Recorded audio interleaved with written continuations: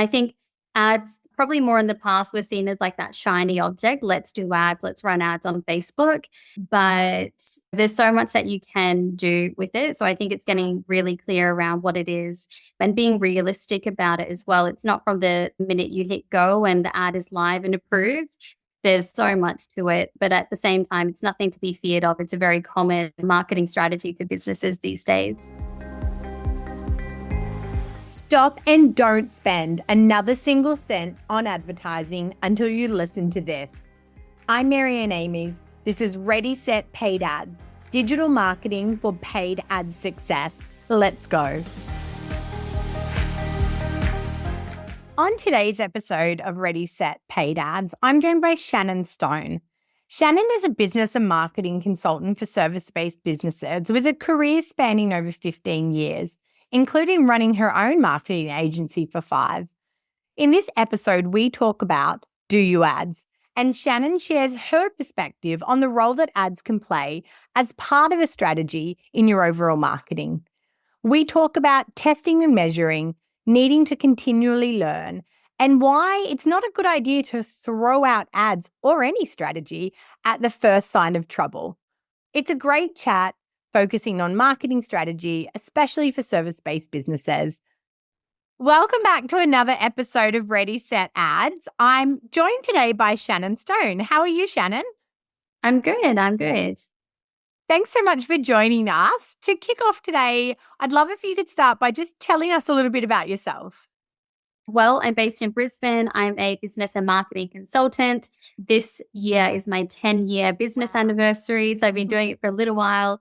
I kind of tell myself that I'm like the most marketing person you'll ever meet. It's the only thing I've ever done. I started as an intern and then slowly worked my way up. I was a manager and then obviously I had to start a marketing business and a marketing agency. And now I do a lot around consulting service-based businesses, helping them to grow, looking at their marketing, but then also looking at the other cogs in their business, their team, their systems, their operations as well.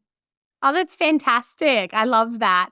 I started in accounting, which is the least marketing thing a marketer can start in. How interesting. I know. I didn't know what I wanted to do in high school, and I was always good at numbers and I'd done business.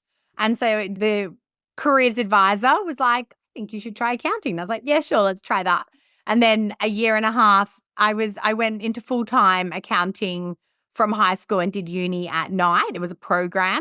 And about a year and a half into the program, I went to my manager and I was like, so I run the newsletter, I run the social club, I do all the new staff welcomes, I do events. I think maybe I'm not meant to be in accounting. Yeah, how interesting. Well, I'm sure accounting has really lent itself into looking at marketing because marketing, especially these days, it became so much about numbers and analysis. Whether you carried that through with you or not, there's a lot of that qualitative side as well. Oh, 100%. I think it's a blessing because I went on to do lots of different corporate marketing roles and product development, and that's so numbers driven as well. And even today, like with team members and candidates I interview that sort of say, oh, I'm bad at math. It's like, well, you kind of need to be okay at it to do well in marketing because to your point, that qualitative data or the quantitative data, there's so much of it. And you need to interpret it. You need to be able to, sure, you don't need to do an algebraic equation. Yeah. But, you need to look at trends and you need to consider growth and decline and be able to compute those numbers and understand them as well. Yeah, definitely. I'm glad that you somewhat, because I think people can say, I'm not good at numbers, but actually they're probably a lot better than they think they are. It's like you said, they don't need to be in the details of it, but, knowing the important pieces, everyone has to know whether you're in marketing or you are the business owner. Oh, yeah, exactly. And again, for business owners, it's triply important. And I also think it's a lot of that mindset stuff. If you tell yourself you're not good at numbers are going to be a lot harder than if you tell yourself, I don't enjoy numbers, but I need to embrace them, or I try to understand numbers to the best of my ability. I think the self-fulfilling prophecy, if we tell ourselves we're not good at something, then, we're starting in a not great spot as well. Oh, definitely. I love those self-fulfilling prophecies. I play those little games with my daughter. It's like, what Yeah. could we tell ourselves today and make it really Yeah. fun and exciting? And that does something neurologically as well. So, Oh, yeah. absolutely. Yeah, absolutely. I find it really interesting. I do too. I try to kind of guide my kids are both in high school now, and I try to guide them with some of that stuff. And it's funny how not ready they are for it as well. Your brain will collect data to support whatever lie you tell it. So if you Yeah. say that you're scared of this, your brain will show you that you are. What else could Mhm. we do? And they're like, Mum, I'm just scared of it. Okay, you're not ready for the mindset expansion, but it's Yeah. Yeah. Yeah. fascinating. And I think as in our generation, and I'm probably a generation above you, I think it's wonderful how much more we understand our minds and our brains. And it's stuff that when I was a kid, there's no way my parents would have had those conversations with me or Oh, for sure. else. Yeah. Definitely. Oh, good stuff. Well, as I said, today I have you on here to talk about ads. And the first question to kick off is obviously, do you ads? Such a good question and such a great podcast name. I don't ads. Yeah, that's the short answer, but I'm sure we'll get into it and talk about the details. Fantastic. So obviously you built a consulting business, really working with service-based businesses. How do you generate leads? Yeah, definitely. So what I find, especially with my clients, is they're established businesses. And what people often think, it's like they adopt that mindset. It's so interesting that Mm. we kind of kicked off with a lot around the mindset because it lends itself so much to the strategies that people Yeah. choose. But people often think, I need more, more, more, new, more leads, Yeah. all that type of thing. But what I love to do is really get to that root cause. So I find most businesses, they're already generating leads. So Yeah. I always ask, where are your clients coming from now? Where have they come from in the past? Where have your most ideal clients come from? And let's start to dissect and figure out what those patterns are and then start to replicate more of that. So they might find they've got an email database, doesn't matter how big or small it is. Mm. But I really just go where that business is rather than here's like an abundance of marketing ideas and ways you could grow the business or generate leads. Let's start with what's already working and Mm. has already proven to work for you. So I always start there.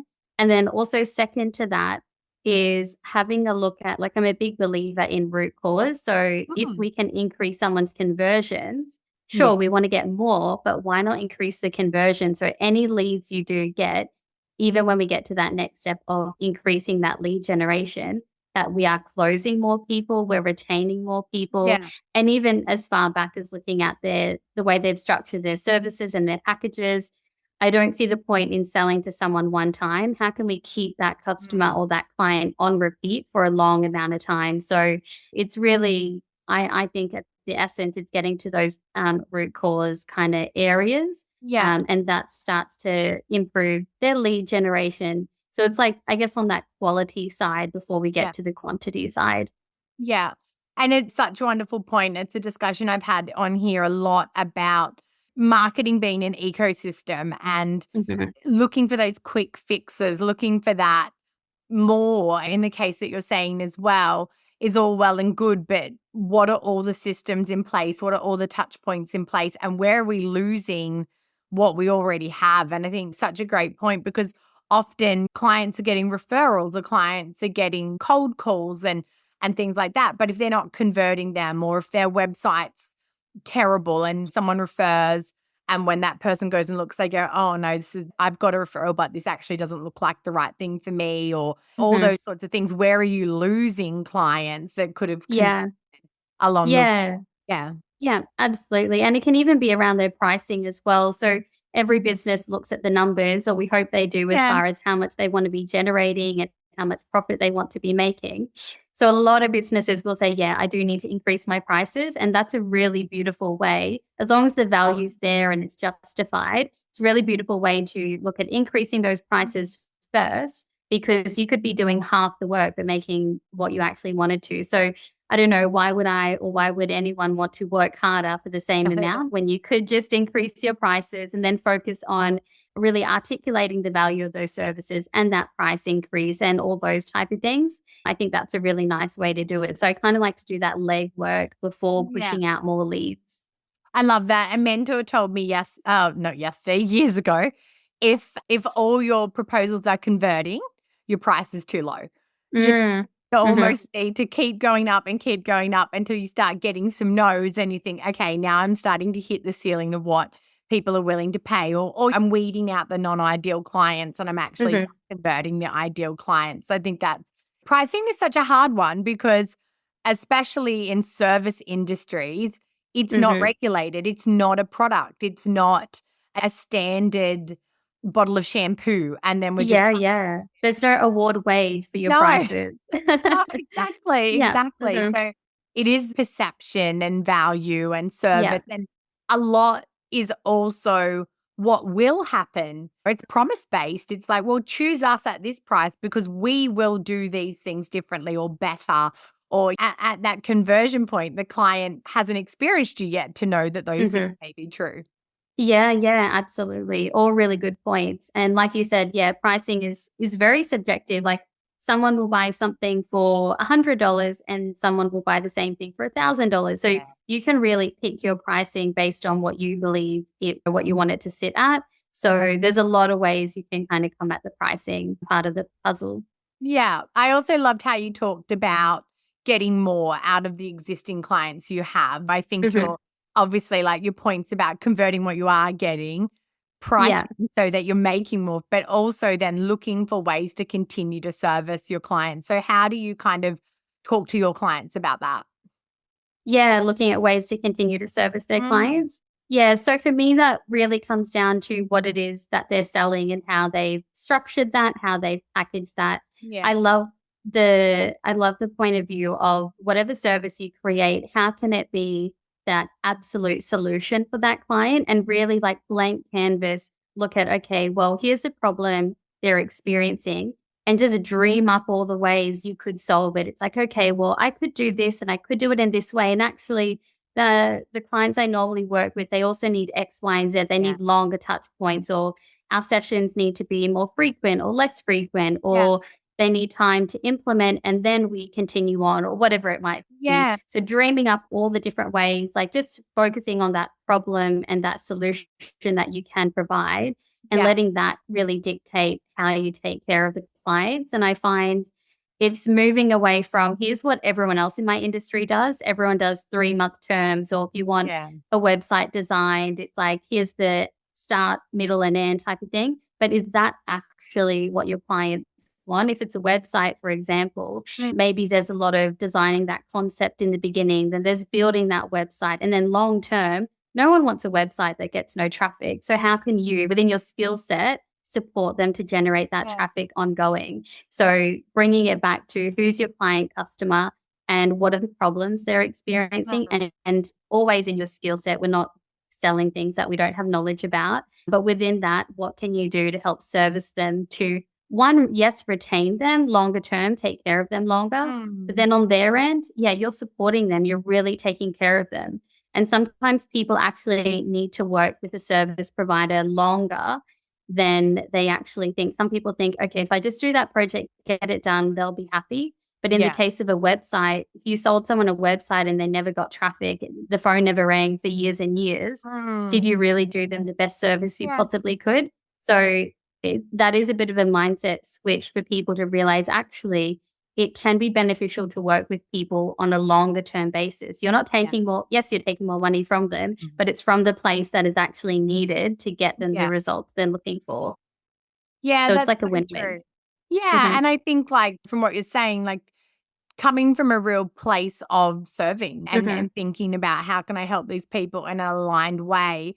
And Yeah. obviously, your client already knows, trusts, and buys from you. So it's not as hard to sell to them as it is to somebody who hasn't experienced you and doesn't know what you're capable of. But Hmm. also, I think all of us seek simplicity. So if my accounting firm can also provide me bookkeeping and I don't have to go to a second party and start a second relationship, and that simplifies things for me. Like Hmm. it's an easy win-win, and I think it's looking for those things as well of like if your client had to go out and get that service from someone else, that's more complexity for them.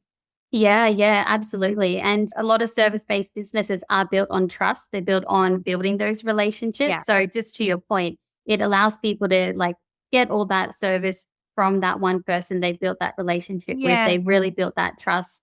So yeah, really good points. Yeah. So thinking about your clients and I guess the journeys that they go on and your experience, where do ads fit in for you? When do you feel that especially in the clients that you work with that ads make sense? Yeah, yeah. And I'm all for ads, definitely. They definitely do have a place. I find there's kind of like two sides to it. There's like the ads that work, and then there's the ads that don't, which are two very big extremes. Being a consultant, what I have typically found, and I'll talk about the times where I've seen it to work, but typically I found that I'm like a last resort, or like we've tried everything, or Mhm. we've invested tens of thousands of dollars Yeah. in ads, and it Yeah. just hasn't worked. Yeah. And it's not because ads absolutely do work. But Yeah. like we've kind of touched on, it sometimes there's other touch points that are not doing the service. It's like Yeah. they've if you're spending tens of thousands in ads, you're definitely ready to invest. You're generating, I'm hoping, leads and collecting emails, but then what's happening next? Yeah. So it's really dissecting where's the breakdown actually happening. So that's on one extreme where it might not be working. It's looking Mm. for, okay, it's not just ruling out ads altogether. They can definitely work and they do work. Just find where those breakdowns are actually occurring. It's just that constant and never ending improvement. That's the way that I see it. Yeah. And then on the other end, where do that ads work and actually fit in? It's in a lot of different ways. So for some clients, it is around that awareness. So getting their business out there, just getting them known. If it's a local business, obviously it's just getting them seen by the locals.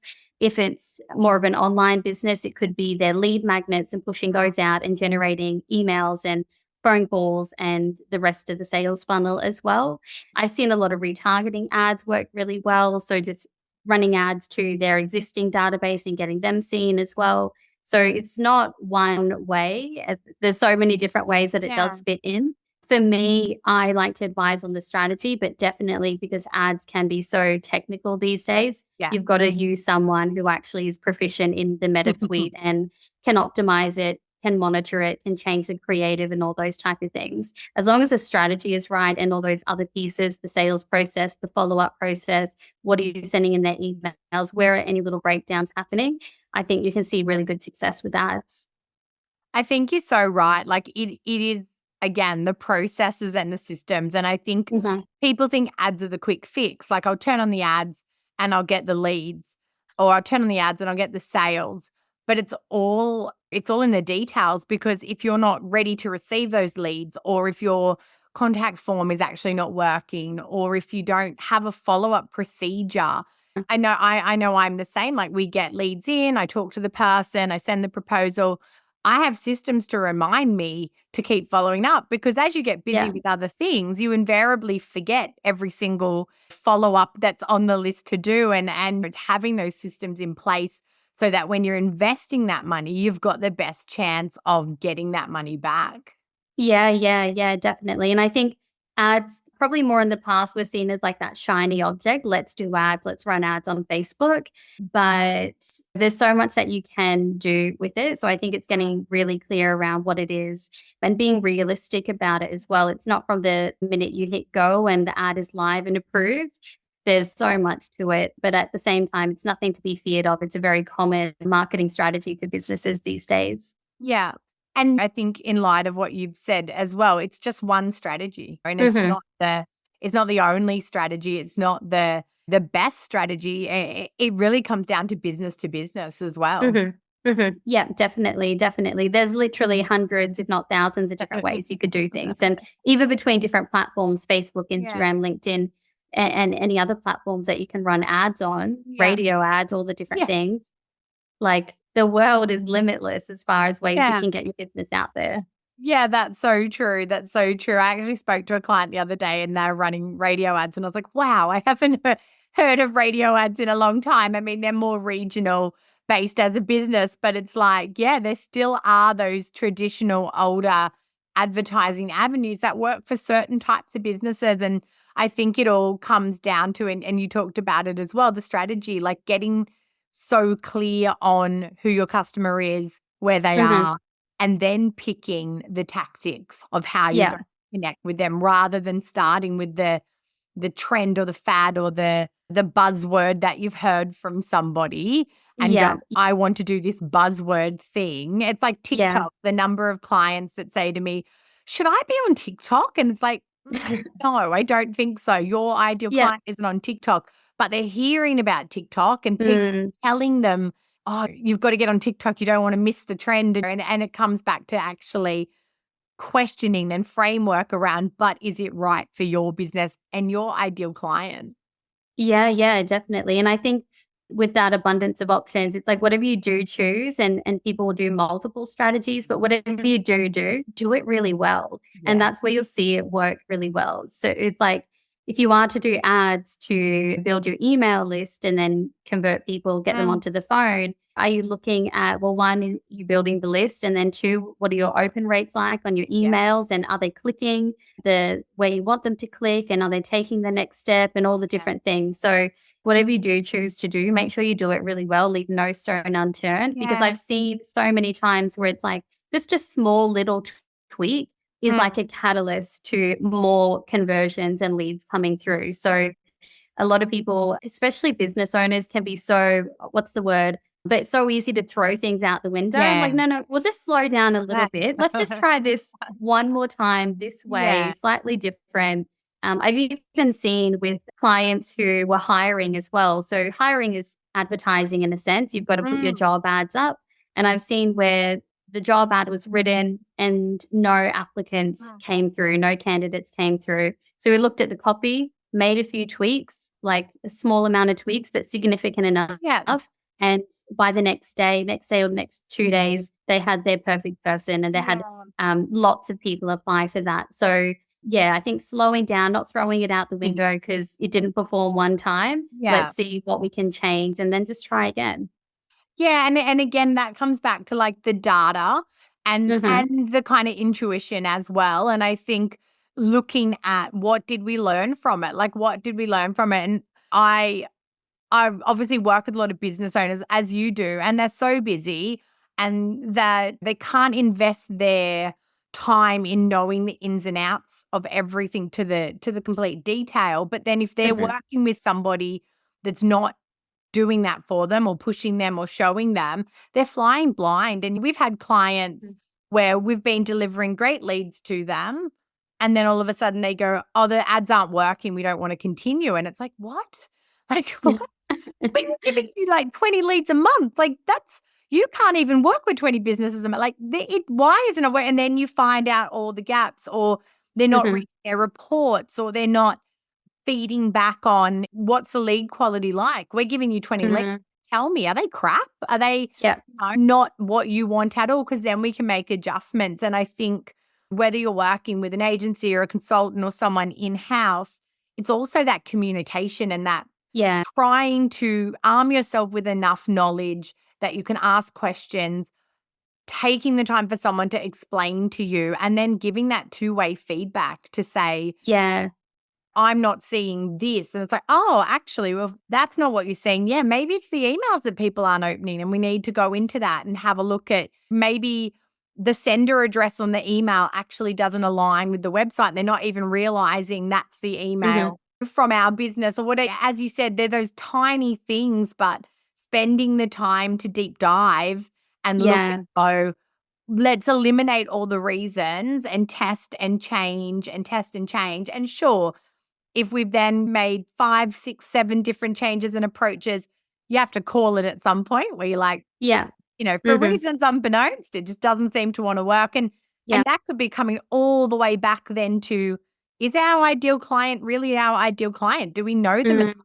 Is our service offering what our ideal client wants? Maybe what this is telling us is that we're actually not giving the market what it wants. And that's Yeah. why all our strategies are failing. So I think that And that's like amazing feedback as well. Like I see Yeah. everything as feedback, whether it's working or not. It's like, well, if it's not working, like that's telling you something. And so Yeah. never see it as a negative. Yeah. See it as, okay, what can we do with this? And even when it is working, like I'm always like pushing the envelope of like, oh wow, like they're really good results that the data is looking really good. But if we just Yeah. like tweak it a little bit more, could we get even better results coming through? Yeah. So it's like never being content and never Yeah. letting any data, or even like when people say something like, oh, the ads aren't working or the marketing is, or whatever it is, or these are terrible quality leads, like inside I'm like, that's what you think, but let's see Yeah. what the facts actually think about Yeah. that, because it's probably not I think it's the conclusion people come to can be very damaging to businesses. So like Yeah. you said around the communication, if you could just talk about it, deep dive a little bit more, you'll get more of the really good facts coming out of it. There's a really good Abraham Lincoln quote I always come back to, and it's perfect for business. It goes something like, if I had 6 hours, I think, to chop down a tree, I would spend 4 hours sharpening my axe and 2 actually knocking it down. Yeah. So that is just a perfect analogy for business and strategy. It's like you don't Mm. just go out there spraying and trying everything and throwing all your money into, say, ads. It's like, let's really think this through. Let's kind of, and even when things aren't working, it's like, well, let's not radically change everything. Let's really spend the 80% of our time figuring it out, deep diving, asking questions, getting it right, and then let's it Yeah. go again. Yeah. Oh, so true. So true. And I think it's, I know, like, I want to say culturally, but, in the business world, culturally, there's that, it's like not even a hesitation. It's that fear that the person you're working with is taking advantage of you. And yes, there's a lot of different types of agencies. There's a lot of different types of freelancers. And so you get this whole we've been burned. And you see it. I mean, I'm sure you're in some of the Facebook groups I'm in. Someone says, I'm looking for help with my marketing, not an agency. As though an agency is the worst thing, the devil, The arch nemesis of, yeah. And yeah. I'm starting to have those conversations with clients where they say to me, oh, well, the agency we had were terrible and burned me. And I'm like, well, tell me what happened. Tell me what were the key things in that relationship that didn't work for you, and trying to understand fact from fiction, because just as they're willing to throw out the strategy at the first second, I feel like sometimes there's this suspiciousness of the support that they're getting, that they're willing to throw that out really quickly. And like, again, oh, we spent lots of money, but we didn't get results. It's like, okay, did they ask you to change anything? And I was having a conversation with a client the other day, and I said to him, did they ever talk to you about your website? Oh, yeah, they said that our website wasn't great, but like we didn't want to spend money on that. It's like, okay. Hey, right. Yeah. Yep. Noted. And then I'm like, they send you, and then he was like, transparency was really hard. I said, did they send you reports? Yeah, yeah, they sent us reports, but I just didn't feel like we knew what was going on. It's like, did you ask questions about the reports? Oh, well, no, because and you sort of start to piece together the bigger story. And I think there is that sometimes as well, I guess, resistance of accepting it's your service or your, or something. But you've got a part to play in it as well. Yeah. So it's like, who can I pin it on? Who can I? Google just wants to take my money. I love when people say that to me. Well, Google just wants to take my money. It's like, well, actually, and sure it does, but it also wants you to keep spending money. So all the ad platforms know if they deliver you a good result, you're going to spend more. If they deliver you a poor result, you're going to spend less. So actually, they're quite invested in you getting a good result. They're invested in your success as much as you are. Yeah, definitely. Yeah. I love that inquisitive process of asking back, what did you try? What was it like? What was that relationship like? What did you like? And vice versa.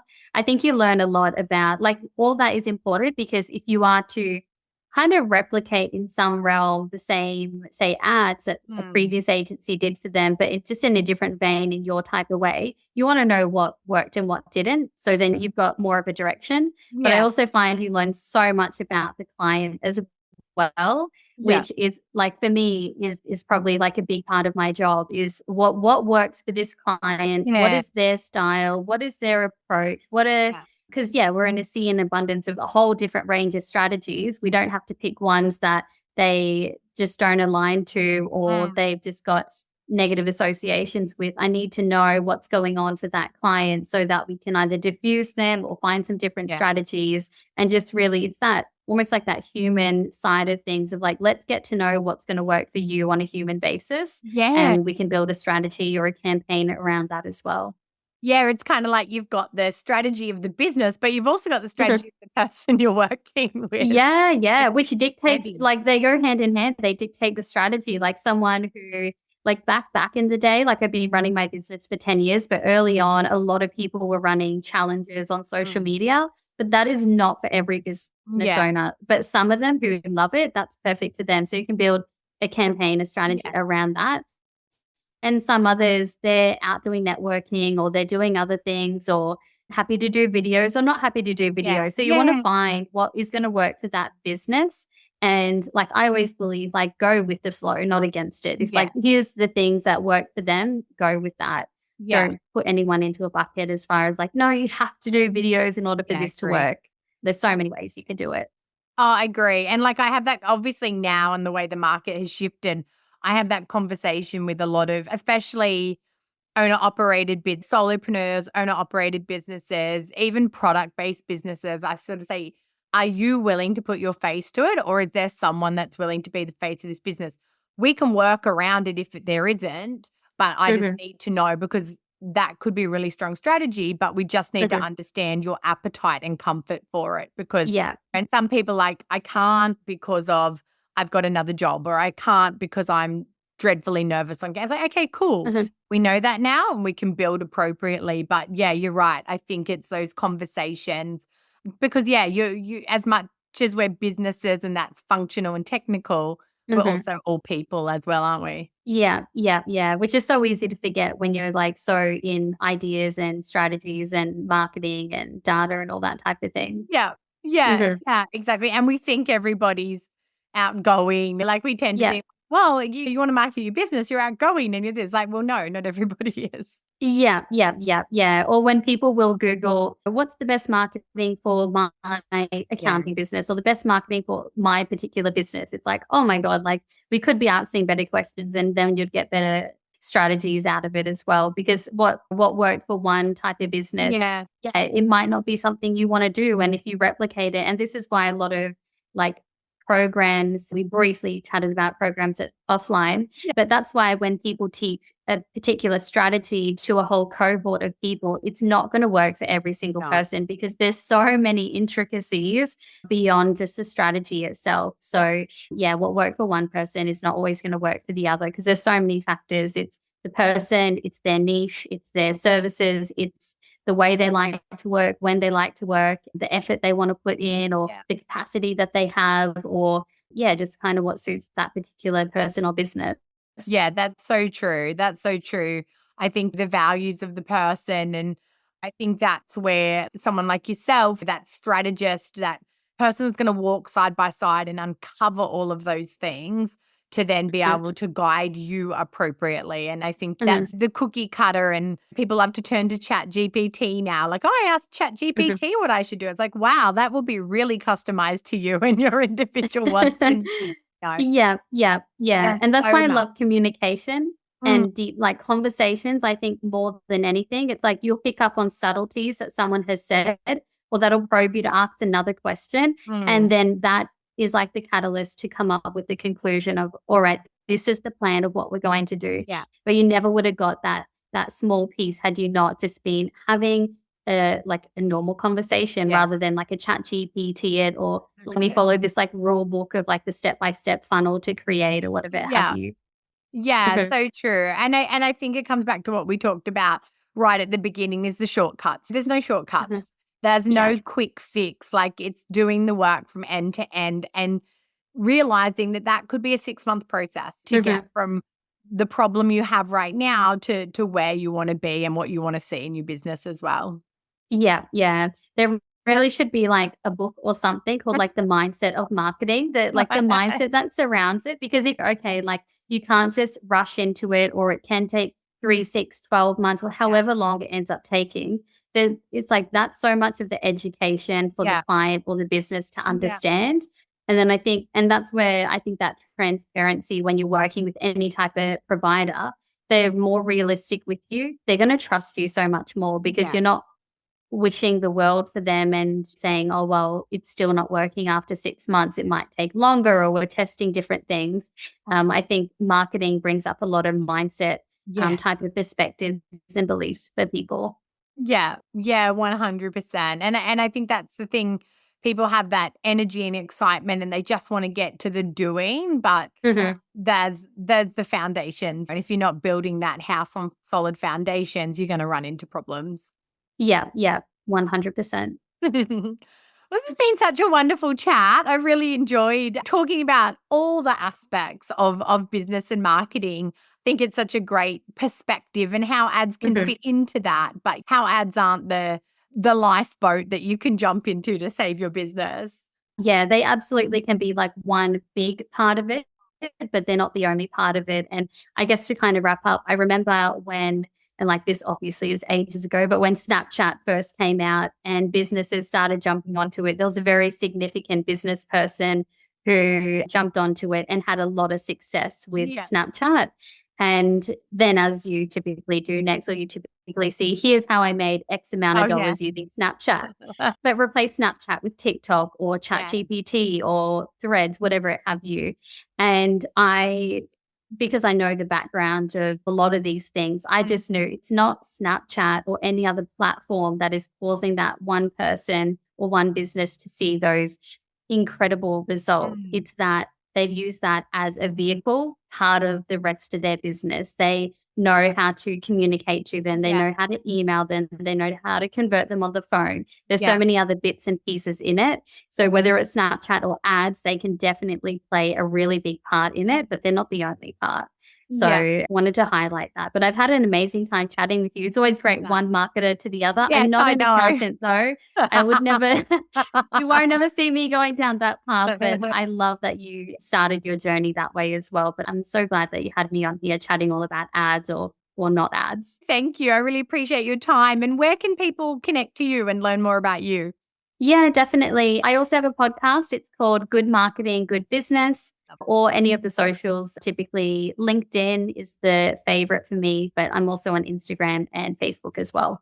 Amazing. Well, thank you so much for your time, Shannon. And thank you to everyone for listening. And I will talk to you again soon.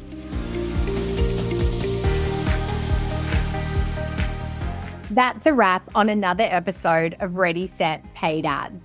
If you're looking for done-for-you services, training to upskill you in ads management, or free and paid resources to help you plan and execute better ads, head to wiseupmarketing.com.au.